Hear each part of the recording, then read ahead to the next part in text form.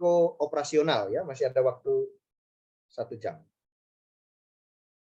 Atau saya langsung, kemudian nanti kalau ada Bapak Ibu yang ingin menanyakan silahkan ditanyakan gitu aja ya. Ini sebetulnya hanya mengcapture sesuatu yang lebih spesifik ya daripada manajemen risiko itu.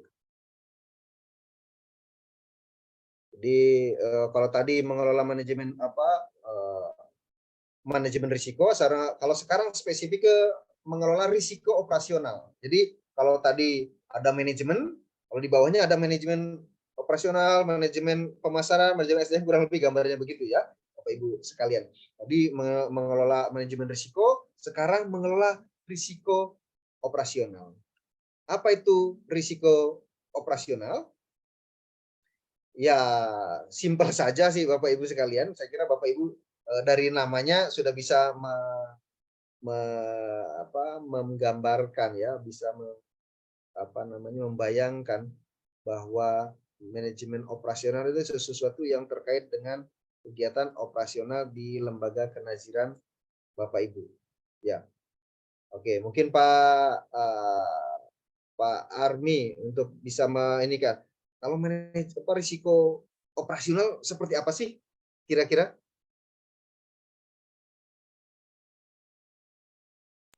Belum dibuka?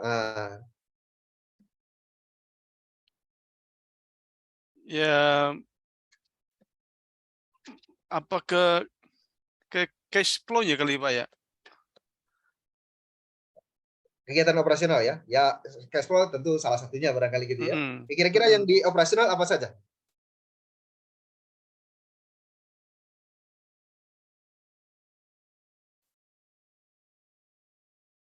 Administrasi. Ya, betul. Itu risiko terkait hal-hal semacam itu. Ada masalah administrasi, begitu ya. Ada yang lain? Mungkin Pak Andi bisa melanjutkan. Apa ya risiko operasional yang mungkin terjadi di lembaga kenaziran kita ini? Kalau SDM masuk nggak, Ustaz? Ya? SDM-nya. Oh iya, masuk sekali. Halo, siapa tadi? Silakan, Pak Rahman. Ya Ustadz, jadi memang terkait manajemen resiko di operasional ya. Mungkin lebih ke bagaimana kita sebagai nazir, sebagai lembaga nazir wakaf untuk bisa terus eksis, bisa sejahtera untuk para timnya gitu ya. Terus termasuk untuk operasional penyewaan tempat, terus administrasi dan lain-lain. Itu mungkin yang menjadi pertimbangan, Ustadz. Baik. Betul, dari sampaikan Bapak-Bapak sekalian, Pak Rahman, kemudian di Pak Andi gitu ya. Kemudian tadi disampaikan juga Pak Armi bahwa risiko operasional itu sangat relate dengan kegiatan operasional yang selama atau sehari-hari dilakukan oleh Bapak Ibu sekalian. Sebenarnya risiko yang diakibatkan oleh kegagalan atau tidak memadainya proses di internasional, SDM gitu kan, sistem gitu kan, atau akibat kejadian eksternal. Disebutkan risiko operasional ini risiko yang paling tua gitu Bapak Ibu sekalian. Kenapa? Ya ini risiko yang paling mendasar yang biasanya terjadi di sebuah lembaga, termasuk di lembaga kita sebagai lembaga nazir ya. Ini pengertiannya dari sisi pengertian singkat saja. Risiko yang timbul karena kegagalan dari proses internal manusia, sistem, gitu ya. Manusia berarti SDM, sumber daya manusia. Nah, sistem ya saat ini tidak ada,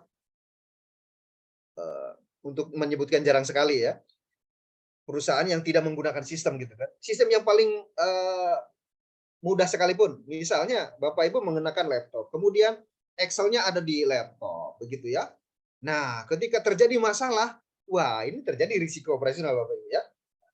SDM-nya tadi karena terlalu menitik beratkan pada satu sosok saja, akibatnya 4L, lu lagi, begitu kan? Nah, ini akan menimbulkan risiko SDM ya, risiko operasional di bidang SDM karena ketika orang ini tiba-tiba misalnya kodarullah sakit, wah akhirnya laporan nggak tersampaikan. Misalnya gitu, data-data tidak bisa dicari dengan baik. Nah, itu risiko operasional gitu ya. Risiko operasional yang terjadi dalam proses operasi perusahaan akibat tidak berfungsinya internal perusahaan dan beberapa penyebabnya seperti human error, itu pengertian-pengertian ya. Tadi bahasa yang paling mudah ya, risiko yang timbul karena kegagalan dari operasional sehari-hari ya Bapak Ibu. Mudah ya. Jadi risiko operasional itu apa? Ya risiko yang muncul karena kegagalan dari proses-proses yang ada di operasional internal Bapak Ibu sekalian. Tadi saya sampaikan risiko operasional disebut risiko yang paling tua ya.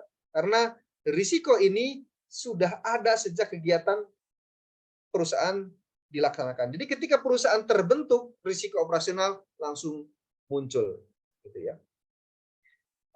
Identifikasinya ini menurut bahasa law apa pula ini gitu kan ya, karena memang mohon maaf ya, manajemen risiko ini sangat erat dengan kegiatan perbankan, sehingga manajemen risiko ini memang mengacu kepada beberapa putusan-putusan yang dilakukan oleh organisasi perbankan internasional.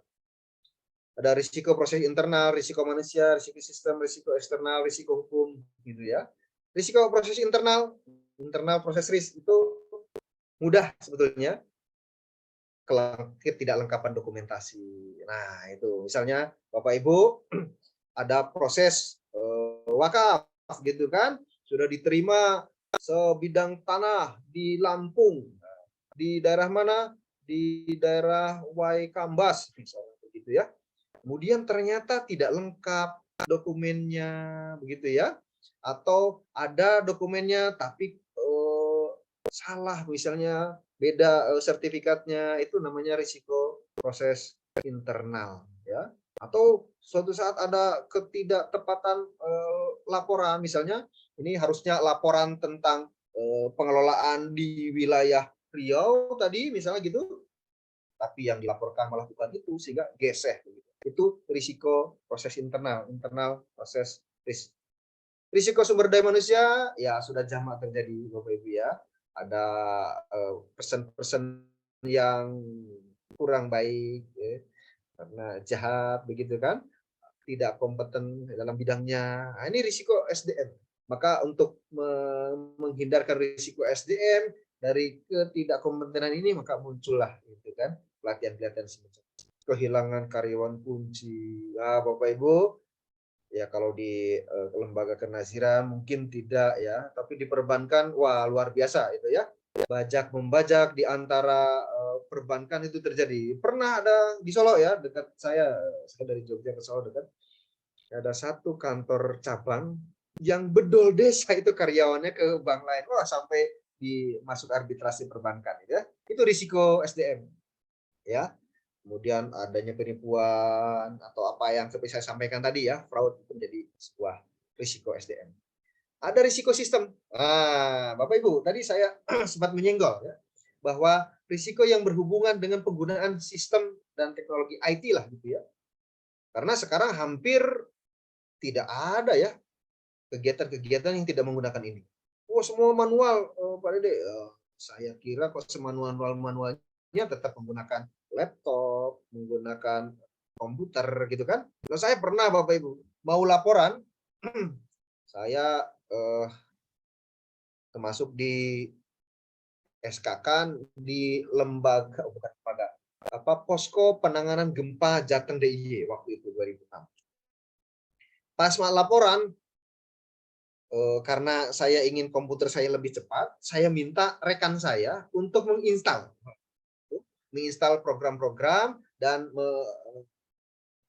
intinya ingin lebih baik lah komputer saya.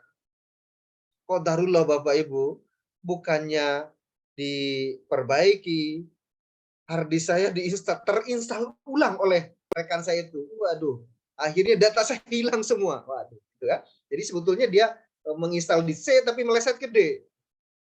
Habis gitu kan. Nah, itu namanya risiko sistem gitu kan. Maka apa yang dilakukan oleh Bapak Ibu ketika ada risiko ini? Misalnya tadi ada sekarang mungkin ada Dropbox begitu ya kalau di ini. Kemudian ada juga cloud gitu. Sehingga Bapak Ibu ketika komputer ini bermasalah bisa diakses dari komputer yang lain. Kan gitu ya. Itu upaya-upaya karena hampir tidak mungkin kita tidak berhubungan dengan IT ya. Tinggal bagaimana mengelola ini. Salah satu bentuk mitigasi terhadap risiko sistem ya tadi kita menggunakan cloud sistem, kita ada Dropbox dan semacamnya gitu ya. Kira itu perusahaan-perusahaan teknologi, bahkan tidak hanya teknologi saja, itu sudah memitigasi itu.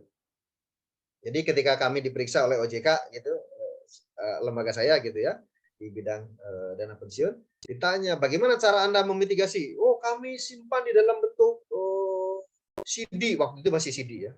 Disimpan di mana CD-nya? Di sini Pak, di kantor. Ya sama aja. Itu kalau kantornya kebakaran, CD-nya juga hangus itu. Oh gitu ya. Diingatkan, bukan begitu cara mitigasinya. Dimasukkan CD, dibakar di CD, kemudian taruh di tempat lain. Di mana tempatnya? Misalnya di bank. Lu apa itu? Ada safe deposit box gitu ya. Nah, kurang lebih semacam itu Bapak Ibu untuk memitigasi risiko-risiko yang terjadi. Karena tadi ini bahkan HP kita bisa saja tiba-tiba WA-nya terinstall ulang, terreset sehingga semua data yang ada di WA terhapus semua. Nah, kan gitu ya. Salah satu caranya secara berkala, misalnya di-emailkan. Oh, WA kok bisa di-email? Bisa kan? Tinggal dikirimkan lewat email begitu kan. Sehingga Bapak Ibu biasanya punya email beberapa, dari email satu dikirimkan ke email yang lain. Risiko eksternal, ya risiko terjadinya huru hara, begitu, terorisme, pemogokan gitu ya, itu resiko eksternal. Yang siapa risiko COVID itu kemarin juga risiko eksternal loh, gitu kan? Kita tidak pernah mengira, tidak pernah membayangkan, tidak pernah memproyeksi, tidak pernah mengantisipasi adanya semacam itu. Krisis politik bisa juga, gitu kan? Meskipun kita berdoa semoga tidak akan pernah terjadi di Indonesia. Gitu. Risiko hukum, nah ini dia Bapak Ibu sekalian. Wakaf biasanya sangat erat ini terkait dengan risiko hukum, terutama yang aset-aset itu Bapak Ibu ya. Jadi aset wakaf itu tolong diamankan betul ya. Penjagaan harta benda wakaf. Kalau boleh saya tanya nih, boleh dong ya. Risiko hukum apa biasanya yang melekat dengan apa namanya lembaga kenaziran? Oke, Pak Heru. Risiko hukum apa ini yang biasanya muncul di lembaga-lembaga kenaziran?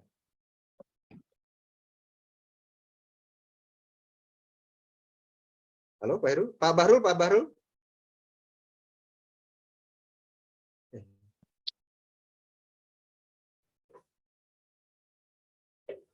Halo? Ya, Pak. Ini koneksi saya bagus kan? Iya, Saya Pak. kok Bagus, melihat bagus, Pak. Bagus. diam semua, soalnya saya khawatir koneksi saya yang down. Terus dituntut ahli This warisnya. meeting is being Pak recorded. Heru, mungkin bisa menyampaikan diskusi dengan kita. Ya, Kira-kira apa sih risiko hukum yang biasanya terjadi di lembaga kenaziran? Halo. Halo. Gangguan ya.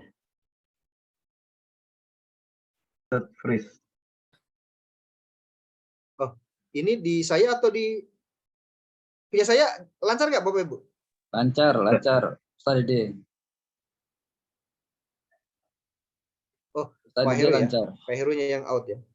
Ya. Oke, baik. Siapa yang ingin? Baik. Mungkin Pak Bahrul ingin berdiskusi risiko Ya, apa ya, sih? Pak. Ya, silakan. Mungkin aturan persengketaan tanah barangkali, Pak. Persengketaan tanah ya. Gitu ya. Betul. Ini hal yang paling banyak terjadi dalam pengelolaan wakaf adalah sengketa Tanah. gitu kan. Kenapa itu terjadi? Ya, biasanya di awal karena niat baik gitu, kemudian namanya ini Ustadz yang mewakafkan aman lah gitu kan. Ada loh Bapak Ibu terjadi di daerah luar Jawa ini ya. Kalimantan. Jadi awalnya lahan itu berada di ya mungkin kalau disebutkan antah berantah mungkin gitu ya. Tapi sekarang ada di tengah kota gitu ya. Wah, akhirnya ahli warisnya mulai goyah ini ya. Padahal aset tersebut belum diikat dengan baik. Ya. Terjadilah sengketa. Ada mungkin yang ingin menyampaikan di sini terkait risiko hukum dalam pengelolaan wakaf ini. Pak Ridwan, barangkali ada pengalaman atau ada informasi?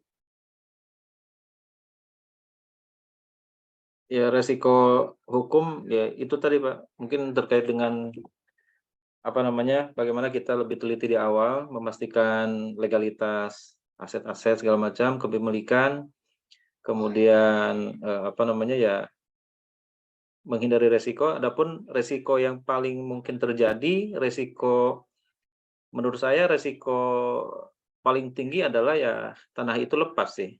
Kalau aset ya, artinya aset wakaf itu akan diambil lagi oleh orang yang memiliki kekuatan hukum lebih dari kita kan gitu sebenarnya.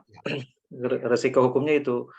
Tapi kalau seandainya mungkin ada case yang pernah terjadi, apakah ada resiko hukum yang lebih dari itu, misalkan sampai harus dipenjara atau apa, mungkin saya belum tahu juga.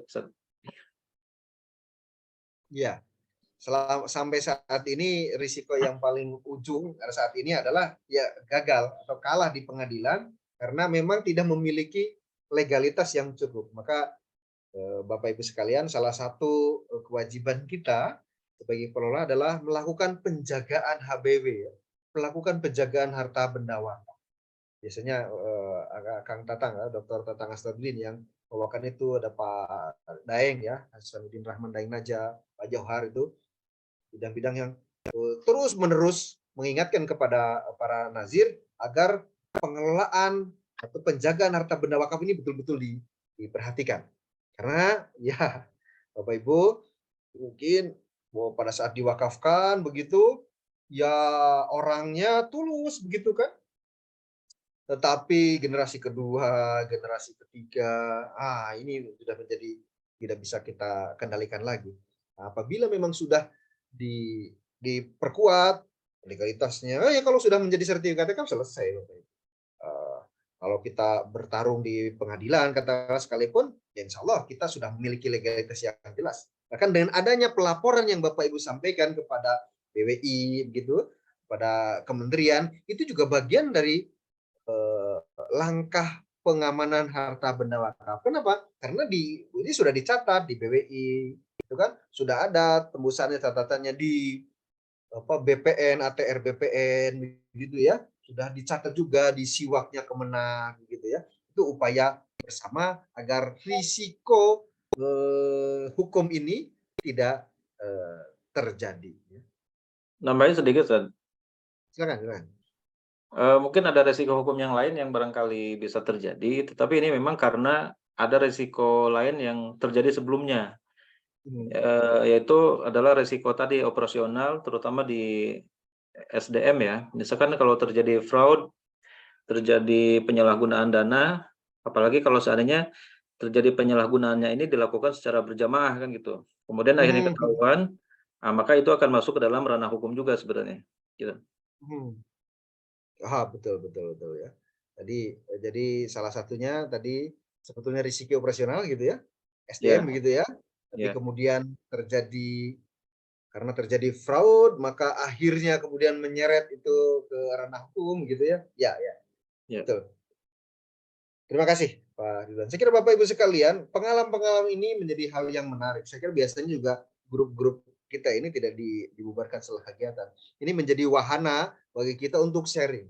Karena pengalaman yang ada di lembaga Bapak Ibu akan menjadi gambaran, akan menjadi cermin bagi lembaga yang lain. Mungkin tidak terjadi saat ini, tapi itu bisa menjadi antisipasi ya. Oh, ternyata kalau semua transaksi itu, dan tidak hanya keuangan ya, semua transaksi dan di satu orang itu berakibat fatal. Karena ketika orang ini tidak ada, itu akan menjadi kalang kabut. Bisa jadi juga ini menjadi ladang untuk adanya fraud ya Bapak Ibu sekalian ya. Karena dia satu-satunya pemegang itu, maka ketika dia, nah ini juga terjadi di salah satu bank yang saya ketahui ya. Jadi kalau hubungan dengan pihak itu harus orang ini, gitu ya. Kalau tidak dengan orang itu, pihak dari pihak ketiga yang nggak mau gitu. punya selidik, Bapak Ibu sekalian, ternyata ada fee yang mengalir. Nah, kayak gitu ya. Nah, akhirnya tadi sebetulnya dari risiko operasional berubah menjadi risiko hukum ketika itu kemudian diadukan misalnya ke pengadilan dan sebagainya ya. Baik, Bapak Ibu, kemudian Izin bertanya, silakan. Ustaz. Silakan. Iya, terkait dengan tadi kita berbicara risiko hukum, Ustaz ya. Pernah nggak terjadi atau misal kayak wakif ini berwakaf uang, tapi uang sendiri itu asalnya hasil dari tindak kejahatan.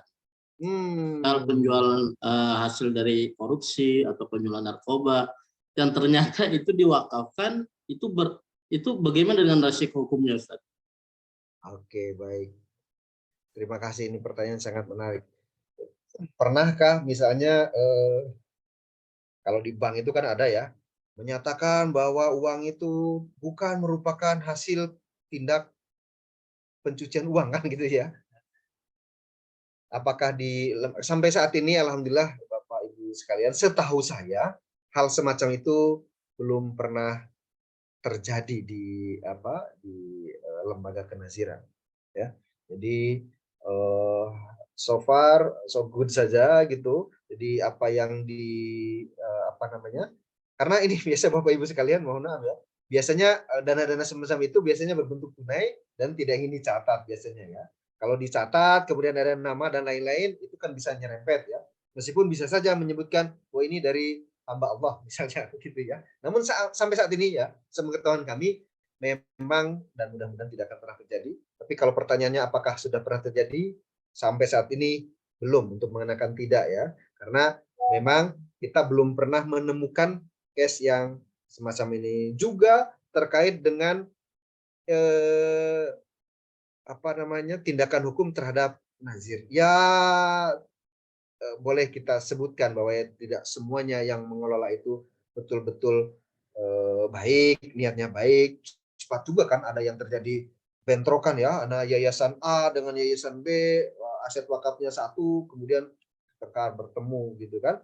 Tapi sampai saat ini case yang dimaksud oleh Bapak tadi memang belum pernah terjadi ya, dan mudah-mudahan itu tidak pernah terjadi. Tapi ada memang yang lain monggo, atau tapi bahkan memang mungkin ada yang kalaupun ada, Ustaz ya, itu orang kan nggak akan bilang itu dari hasil korupsi, dari pencucian uang kan gitu ya. Jadi kalaupun misalkan kecilnya dia korupsi 1 miliar, kemudian dikeluarkanlah misalkan 10 juta kan, nggak terlalu kelihatan ibaratnya gitu, kan nggak akan bilang juga ini uang dari mana kan gitu. ya bernegosiasi dengan malaikat mungkin gitu ya. Iya. Tapi kalau kita sebagai nazir yang menerima ini, ya barangkali kan karena ketidaktahuan mungkin ya. Mungkin Ustadz Ahmad Zawawi lebih paham untuk hal itu barangkali ya, ini secara hukum syariatnya kan. Karena ketidaktahuan kita menerima itu, ya akhirnya ya karena mungkin nilainya kecil juga kan nggak dilihat oleh oleh KPK dan yang lain-lain gitu. PPATK ya. PPATK. Barangkali ada pendapat dari saya. Jadi yang jelas ya tadi kalau ada data mewakaf, kemudian Bapak ini uangnya bukan dari hal-hal yang haram gitu. Pernah nggak? Oke, ini share aja. Jadi kalau Bapak Ibu ada yang mewakaf gitu, pernah nggak menanyakan semacam itu? Menarik juga ini. Jarang ada, Ustaz. Bahkan belum pernah. Cuman kan Pernah ya? karena kita lagi belajar manajemen risiko, artinya kan bisa jadi timbul, gitu kan? Bisa jadi ada karena kita dengan rasa percaya sama orang bahwa setiap orang berwakaf, dia pasti niatnya ibadah dan baik. Ternyata hasil dari yang itu dilakukan untuk berwakaf. Otomatis kan kalau di PPATK kita yang menerima uang itu tuh otomatis terbawa gitu kan. Nah kita sebagai nazir ini juga bisa nggak terkait dengan, kan ini ada di resiko hukum. Kalau yang sengketa tanah segala macam yang terjadi, hal itu pun ya sampai saat ini yang tadi disampaikan oleh Ustadz bahwa informasinya tidak ada dan mudah-mudahan selamanya tidak ada. Tapi kan kita perlu antisipasi, perlu mitigasi begitu Ustadz. Terima kasih Ustadz. Betul. Terima kasih Pak Andi.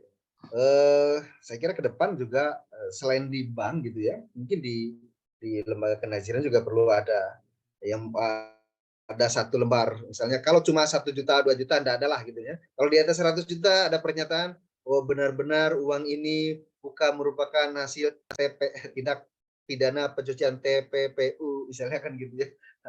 Kan nggak lucu juga suatu saat ketika terjadi KPK melakukan penindakan ada aset wakaf yang diambil gitu kan. Padahal aset wakaf nggak boleh ya kalau udah diwakafkan udah selesai itu gitu kan. Nah, ini hal yang menarik saya kira kalau sampai kemudian KPK menyeret wah ini Bapak ini sebagian dananya digunakan untuk wakaf. Nih saya nggak membayangkan sahabat ini ya, mohon maaf ya. Tapi saya kira itu selalu kemungkinan itu selalu ada ya gitu kan. Ada angel and demon gitu dalam sisi seseorang gitu. Habis katakanlah korupsi sebagian diwakafkan untuk meringankan hukumannya begitu ya. Tapi repotnya ketika terjadi masalah hukum kemudian kemana saja uangnya itu kan masih ingat ya ada beberapa persen yang ya ada yang biro umroh begitu ya, kemudian ada yang flexing kemarin itu kan diusut semua uangnya tuh. Nah kemudian kalau tiba-tiba uangnya sudah diwakafkannya di di lembaga waduh ini gimana hukumnya. Ini menarik untuk kami bahas nih Bapak karena namanya mitigasi ya. Itu kita tidak akan pernah berharap, tapi jika terjadi hal semacam ini apa yang perlu dilakukan. Saya kira terima kasih Pak Andi insight-nya. Tapi kayaknya selalu mungkin kita berdoa. Ya. Tapi sederhananya mungkin kita perlu ya dalam menambahkan di dalam bukti penerimaan kita ini, anggaplah misalkan kwitansi lembaga. Kalau saya iya, betul Pak Ridwan. Cuma berupa checklist aja kan itu yang menyatakan bahwa uang ini adalah bukan dari tindak pidana pencucian uang dan kejahatan-kejahatan lainnya kan gitu. Artinya ketika dia sudah men-checklist itu ya kita berlepas diri dari hal itu ya, karena kalau seandainya kena walaupun mungkin nggak sampai di penjara atau apa, tapi prosesnya ini akan sangat melelahkan gitu. Itu sangat-sangat menyita waktu, energi dan segala macam kalau kita berurusan dengan hukum kan gitu. Betul. Jadi itu kan sederhana ya. Tinggal centang Bapak ini bukan dari TPPU ya, udah centang ini udah dinyatakan kan gitu ya. Baik, ada lagi diskusi kita semakin menarik semakin sore ini, dan ini juga tentu akan menjadi implementasi kita di lapangan ya, tinggal nambah saja atau kalau tidak nambah form berarti tinggal menambahkan item di bawah gitu kan untuk pernyataan-pernyataan segini. Sekali lagi ini tidak ingin menambah rumit, tapi justru ingin mengamankan kita dari hal-hal yang tidak diinginkan. Any comment yang lain? Ini menarik tadi diskusinya. Pak Ustadz Dede. Ya, silakan. Ada beberapa yang ingin saya sampaikan ya. Pertama mengenai tadi antisipasi masuknya dana-dana hasil pencucian uang. Ini ada beberapa sisi hukum dari syariatnya yang mungkin bisa saya sampaikan. Pertama, ketika kita menerima sesuatu sumbangan dari seseorang, secara hukum syariat kita tidak perlu menanyakan dananya dari mana gitu. Karena kalau itu adalah dari saku dia, berarti itu adalah milik dia, dan kita tidak perlu menanyakan sumber dana dari mana dia dapatkan gitu. Karena Rasulullah SAW juga ketika kita melihat sesuatu yang meragukan itu, dia bilang tinggalkan yang meragukan itu, pegang pada yang diyakini gitu.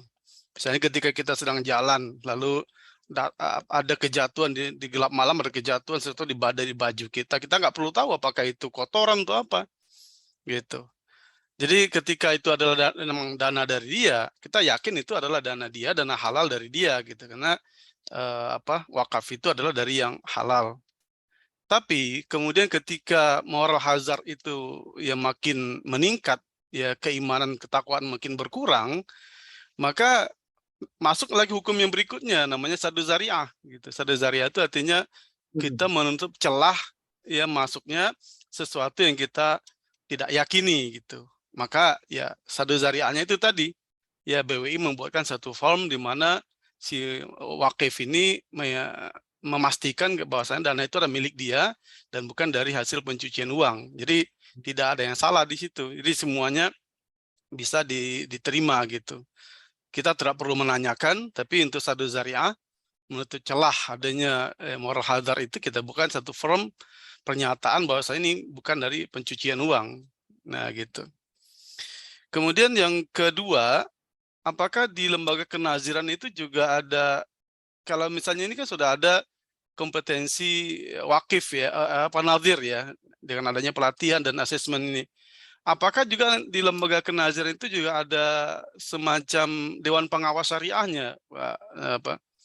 Seperti di lembaga-lembaga keuangan syariah kan ada DPS-nya. Nah, apakah cukup di lembaga wakaf ini cukup nazir yang kompeten ini atau ada lagi dewan pengawas syariahnya supaya syariah compliance-nya betul-betul dijalankan gitu? Itu Pak Dede. Terima kasih Pak Armi, pertanyaan yang kedua ya. Tadi yang pertama betul saya setuju, itu lebih ke bagaimana kita menghindari permasalahan di kemudian hari ya, sehingga tadi ada hal-hal yang terlihat sepele tapi kemudian itu bisa menghindarkan kita dari permasalahan berkelanjutan.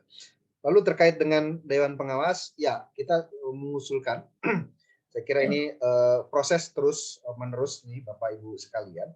Di lembaga amil zakat Infak dan Sedekah ada Dewan Pengawas Syariah, di wakaf pun kita akan mengusulkan adanya, saat ini memang belum nampak gitu ya, tapi di dalam waktu yang tidak terlalu lama itu kita akan mengusulkan, karena ini menjadi bagian yang tidak terpisahkan dari pengelolaan syariah. Harus ada sosok yang betul-betul memastikan agar lembaga tersebut comply syariah tadi, taat terhadap syariah, bukan apa-apa, tapi itu untuk menjadi concern kita semua, bahwa ya ada tingkatannya, ada direksi, ada pengawas gitu kan, ada komisaris. Komisaris itu kan lebih ke tataran manajerial, tataran operasional, tapi kemudian kalau yang di bidang syariah itu ada tersendiri. Jadi arahnya ke sana nanti Pak, biar comply syariahnya betul-betul terjaga. Yang lain, Bapak Ibu sekalian?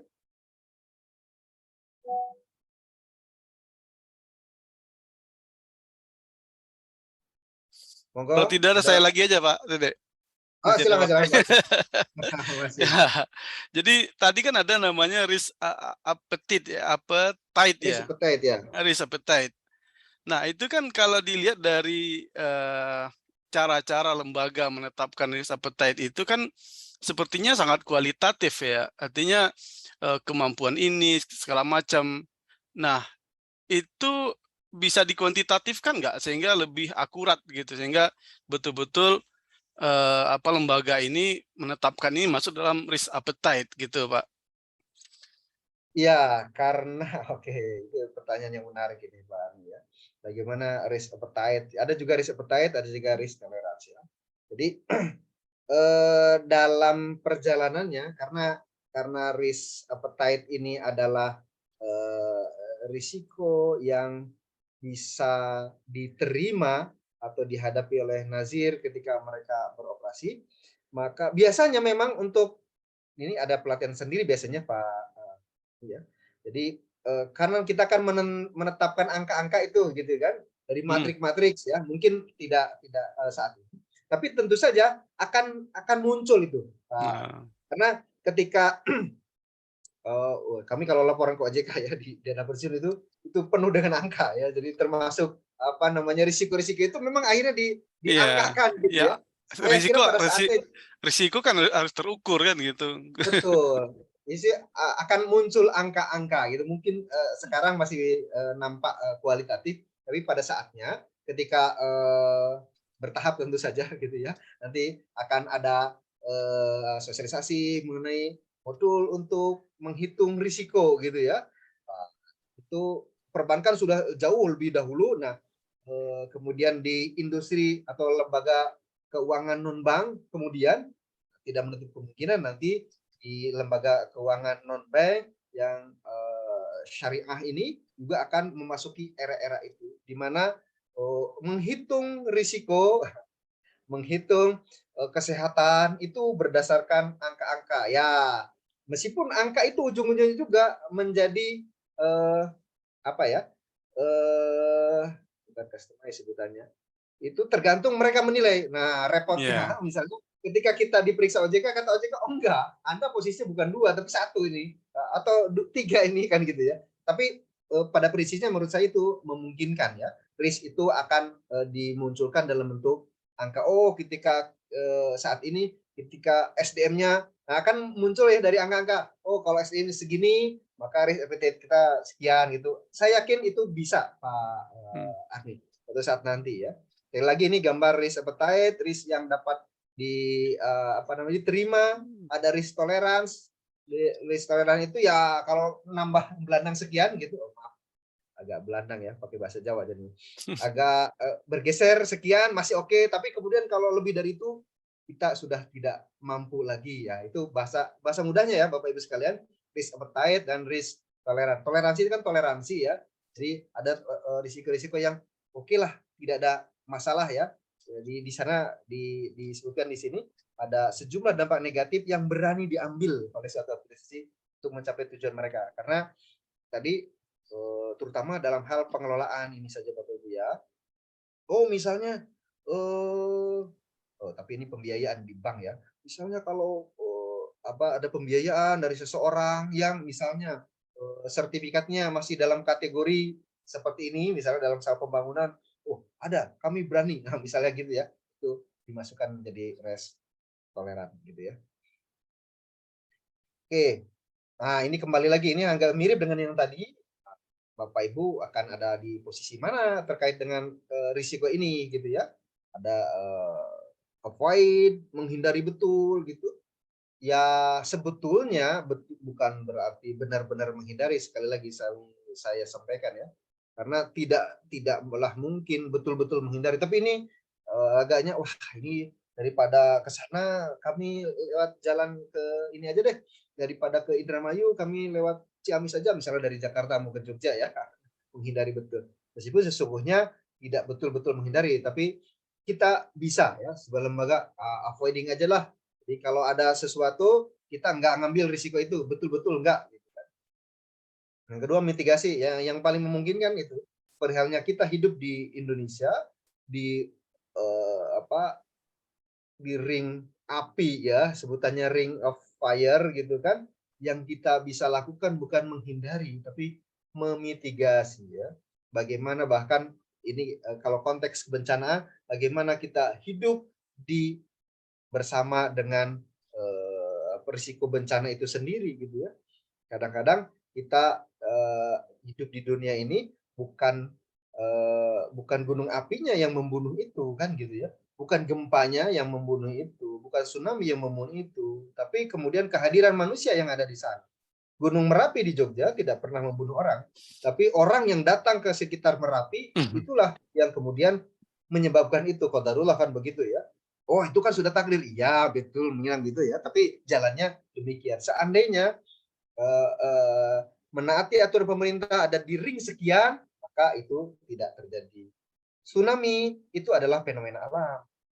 Kalau terjadi di tengah lautan gitu, tapi kalau tsunami terjadi di Aceh melabrak bangunan-bangunan yang ada, itu kemudian terjadi bencana. Yang bisa dilakukan mitigasi ya.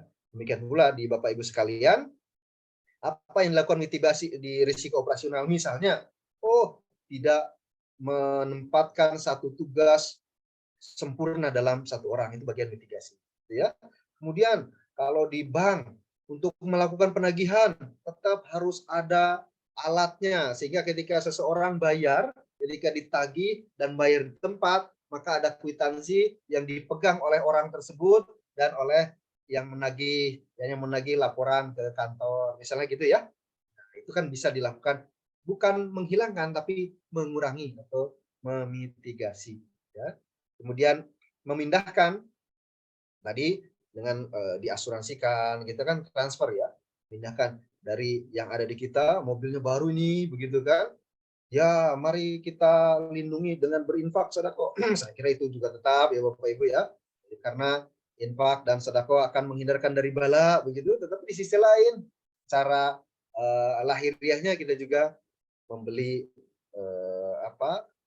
polis asuransi begitu kan, sehingga memindahkan ketika terjadi darurat, terjadi serempetan apa-apa, tinggal lapor, terjadi sebuah eksiden, nanti kemudian diasuransikan gitu kan, dan asuransi menghandle, bahkan asuransi juga mengasuransikan gitu kan, ada reasuransi begitu ya, mengendalikan, controlling, mengoptimalkan, exploiting gitu ya. Bapak Ibu, saya kira ini materi terakhir. Saya kira terakhir ya. Nah, ini contoh saja ya tentang jenis risiko di lembaga kenaziran. Saya kira kembali lagi kepada Bapak Ibu sekalian. Ini contoh, mungkin ini terjadi di lembaga Bapak Ibu, mungkin saja tidak. Jadi ada yang terjadi di satu lembaga tapi tidak terjadi di lembaga yang lain. Misalnya gitu ya. Ini contoh. Aktivitasnya apa? Penghimpunan WU, wakaf uang. Wakif tidak paham hukum berwakaf uang. Wah, itu jenis risikonya operasional, gitu ya. Kemudian ketidakamanan nazir dalam menerima harta wakaf, itu SDM ya, risiko operasional. Misalkan ada wakif tidak puas dengan pelayanan lembaga wakaf. Wah, ini masuknya ke reputasi ini kan, karena ini bisa jadi marwah lembaga menjadi drop gitu kan. Wah, udah cerita-cerita, udah yang yang wakafnya tokoh terkenal pula, influencer gitu kan. Wah, dia cerita-cerita di media sosial, wah kemarin saya wakaf di sini. Wah, guys, ternyata bla bla bla bla. Wah, reputasi ya. Atau pada saat pengelolaan. Misalnya operasional nazir membutuhkan dana yang lebih dari 10%. Padahal aturannya adalah saat ini itu maksimal 10%. Bapak Ibu sekalian ya. Wah, kurang nih Pak Dede. Ya, memang sedang coba kita lakukan ya, revisi gitu kan, karena ya, kalau kalau zakat itu kan hak amil berapa kalau di wakaf di zakat? Bapak Ibu berapa? Hak amil kalau di las 12,5. 12,5%. Dari apa? 8 astaf ya. Dari 100% dana kelolaan dibagi itu, 8. dari dana yang diperoleh itu kan gitu ya? Ya. Nah, kalau wakaf kan bukan begitu menghitungnya. Wakaf itu terkumpul 1 miliar, diinvestasikan, dapatlah 100 juta, 10%-nya itu dari hasil yang 100 juta itu. Kan? Jadi, oh iya ya. Nah, awalnya mungkin Bapak Ibu akan kecil, tetapi ya tidak boleh ada melampaui itu, nanti akan melanggar risiko kepatuhan syariahnya, gitu ya. Maka solusinya adalah menggandeng sementara sambil jalan bersama, gitu ya. Mungkin ini seperti rumah zakat dan rumah wakaf itu berdampingan, begitu ya. Sementara rumah wakafnya belum berdiri dengan tegak, stabil dari sisi operasional, masih didampingi oleh rumah zakat. Demikian pula dengan Bapak Ibu sekalian. Saya kira Bapak Ibu yang lebih paham mengenai kondisi operasional di lembaga Bapak Ibu. Misalnya keterlambatan penerbitan laporan keuangan, risiko reputasi, ya, karena tadi, wah ini bermasalah ini, kelihatannya besar, kelihatannya bonafit, tapi kok laporannya mana ini, kan gitu ya, itu risiko ya. Nah ini contoh-contoh, saya kira Bapak Ibu bisa memetakan, bisa mencermati risiko-risiko apa yang terjadi di lembaga Bapak Ibu, karena ini akan identifikasi risiko ini kan kembali ke Bapak Ibu sekalian. Oh, pada saat proses penerimaan harta benda wakaf, menghimpun wakaf, apa yang mungkin terjadi? Dokumen wakaf tidak lengkap, misalnya gitu ya. Bapak Ibu kemudian mencatat. Dari catatan-catatan itulah, kemudian Bapak Ibu melakukan mitigasi agar harta wakaf, agar dokumen itu lengkap, apa yang dilakukan. Oh, misalnya harus ada checklist. Kan gitu ya. Akhirnya dari risiko yang mungkin terjadi ini, Bapak Ibu bisa melakukan mitigasi atas hal-hal ini. Misalnya dokumen wakaf uang hilang, apa yang kemudian Bapak Ibu lakukan? Oh, ada risiko nih. Risiko ketidakpuasan wakif itu. Maka apa yang dilakukan? Oh, front office-nya atau penerimanya diberi pelayanan prima. Sehingga ketika memberi layanan tuh memberi kenyamanan bagi wakifnya, dan wakif ingin terus dan terus gitu ya. Pada saat pengelolaan dicermati lagi, oh kira-kira risikonya apa saja gitu kan, A, B, C, D. Oh kalau risiko ini apa antisipasinya, Itu ujungnya itu Bapak Ibu sekalian, bukan kemudian wah ini kurang kerjaan ini mencari-cari kelemahan, bukan itu ya. Tapi justru kita mencoba mencari formula yang bisa memotret peluang-peluang tidak tercapainya. Kan kalau ini terjadi, tujuan atau goal tahunan Bapak Ibu bisa tidak terjadi kan itu kan. Maka agar goal tahunan itu, agar target tahunan itu bisa tercapai, maka semua ini dilakukan. Mungkin belum langsung sepenuhnya, kami ini kan cuma 2 orang Pak Dede, 3 orang. Ini kerjaannya udah banyak ini, tapi perlahan-lahan setelah Bapak Ibu sekalian, kita akan berdiskusi. Bisa juga misalnya, aduh gimana ini mengidentifikasinya ya. Mainlah misalnya ya. Pak Ridwan ke Pak Ahmi, gimana nih? Risiko-risiko apa aja yang terjadi? Oh ini kalau di kami ini. Ternyata Pak Ridwan cepat, oh kalau di kami mah nggak begitu. Ada hal-hal ini. Oh tapi ada tambahannya yang ini. Oh bisa gitu ya. Setiap lembaga memiliki risiko yang berbeda. Ya. Dan penanganannya pun berbeda. Dan hanya Bapak Ibu yang tentu secara umum kita bisa memberikan. Oh ini biasanya seperti ini loh penanganannya. Kan biasanya bahasanya begitu. Gitu ya. Baik, dan ini contoh metrik model laporan manajemen risiko operasional. Ada risiko apa gitu kan, penyebabnya apa, dampaknya apa, pengendaliannya apa, ya. Sekali lagi, ini disesuaikan dengan kondisi di lembaga Bapak Ibu sekalian. Tujuan apa? Ya, karena ingin ujungnya kan agar tercapai programnya ya, tujuan utamanya visi misinya tercapai begitu, kemudian target rencana bisnis juga tercapai atau rencana kegiatan anggaran tahunan tercapai, maka ini merupakan upaya untuk memitigasi ya. Oh, ada faktor sistem apa nih? Dampaknya apa ini? Data hilang atau rusak. Kemudian pengendaliannya apa? Ada pengaman sistem. Kemudian kalau faktor hukum, one prestasi, ada uraian dampaknya bisa gugatan hukum. Lalu pengendaliannya apa? Pembinaan dan pengawasan, advokasi dan pendampingan hukum, kurang lebih. Nah, sekali lagi, ini hal-hal ini yang tahu persis adalah Bapak Ibu sekalian, gitu ya. Bisa saja Bapak Ibu deny, nggak ada lah di kami gitu. Tapi tiba-tiba terjadi, terjadi juga. Biasanya jangan sampai kemudian kita baru membuat aturan setelah kejadian. Meskipun kalau di Indonesia rata-rata begitu, kejadian dulu baru bikin aturan, gitu ya.